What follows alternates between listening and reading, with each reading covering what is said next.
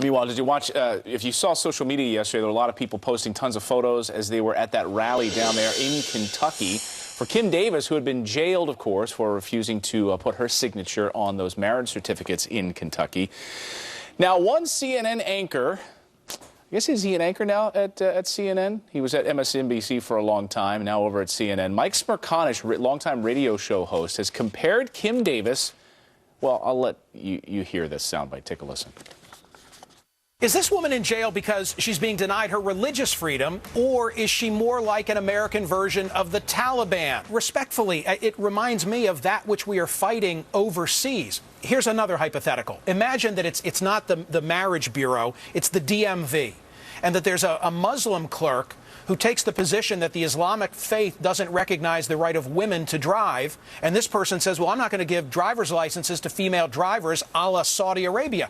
We'd go crazy about that. We'd say, absolutely not. You're imposing your religion on society. And he's right, we would go crazy, but you can't compare evangelical Christians to the Taliban. Well, they can. I mean, that's the whole point. Oh, the people in charge believe that Kim Davis and her like are the real threat. You know, the people who don't live in Washington or Malibu, who live in Appalachia and are evangelicals, they're really, really scary. You got to think, we totally redefine marriage as massive change in American society, and people kind of accept it and go along with it. There's one woman in a tiny little place in Kentucky who disagrees, and we put her in jail. Well, she shouldn't. Where's the tolerance? It seems wild that she is going to jail, but I also don't understand why, if her job is prohibiting her from being able to live out her Christian values, why she wouldn't find another job. I agree. I absolutely agree with that. My only point is, I believed in the tolerance argument.